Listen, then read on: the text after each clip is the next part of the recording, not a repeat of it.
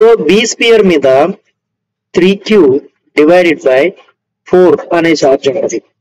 And similarly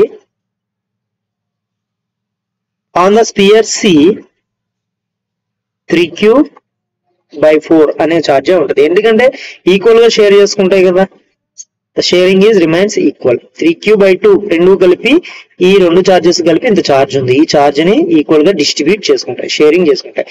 ఇప్పుడు సిని తీసుకెళ్లి ఎక్కడో దూరంగా తీసుకెళ్లిపోయి పెట్టేశారు.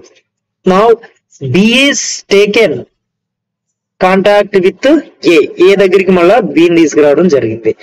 సో ఇప్పుడు ఇనిషియల్ కండిషన్ అన్నమాట, ఏ బి ఎలాగైతే ఉన్నాయో ఆర్ అనే డిస్టెన్స్ లో మళ్ళా ఏ బిని ఆర్ అనే డిస్టెన్స్ లో పెట్టేద్దాం, ఏ అండ్ బి. బట్ ఇక్కడ ఏకి ఛార్జ్ ఎంత ఉంది, q/2 ఉంది. ఇక్కడ అబ్జర్వ్ చేయాలి, q/2 ఛార్జ్ ఉంది.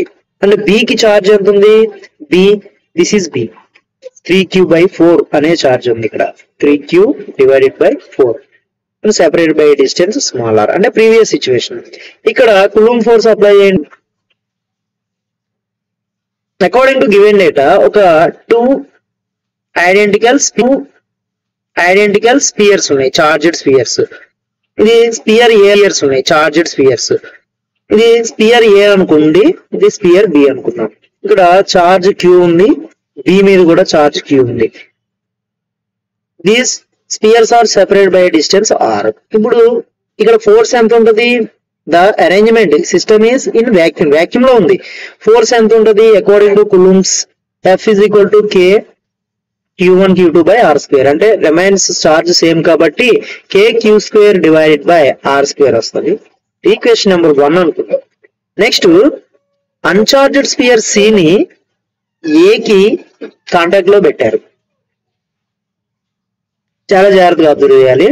The sphere A, uncharged sphere C.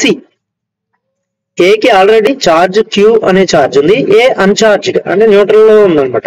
అప్పుడు ఏం జరుగుతుంది, ఈ క్యూ అనే చార్జ్ సి కి ట్రాన్స్ఫర్ జరుగుతుంది కదా. ఆఫ్టర్ ట్రాన్స్ఫర్స్ ద చార్జ్ అంటే షేరింగ్ ఆఫ్ చార్జ్ జరుగుతుంది. ఇక్కడ చార్జ్ షేరింగ్ జరిగిన తర్వాత ఏ అనే స్పియర్ మీద q/2 చార్జ్ ఉంటది.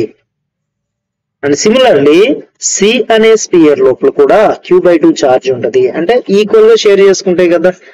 So q/2. ఇప్పుడు ఈ సి చార్జ్ ని మళ్ళా ఏం చేశారంటే బి దగ్గరికి కాంటాక్ట్ లోకి తీసుకొచ్చారు.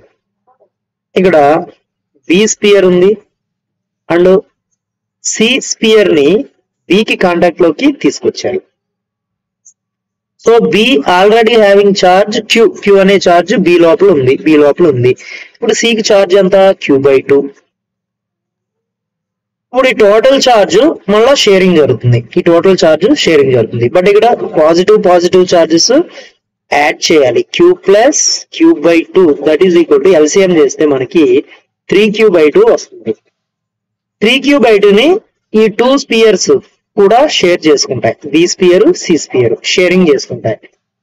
సో బి స్పియర్ మీద 3q డివైడెడ్ బై 4 అనే చార్జ్ ఉంటుంది.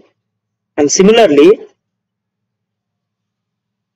On the sphere C 3q by 4 అనే చార్జ్ ఉంటుంది. ఎందుకంటే ఈక్వల్ గా షేర్ చేసుకుంటాయి కదా, the sharing is remains equal. 3q/2 రెండు కలిపి ఈ రెండు చార్జెస్ కలిపి ఇంత చార్జ్ ఉంది, ఈ చార్జ్ ని ఈక్వల్ గా డిస్ట్రిబ్యూట్ చేసుకుంటాయి, షేరింగ్ చేసుకుంటాయి.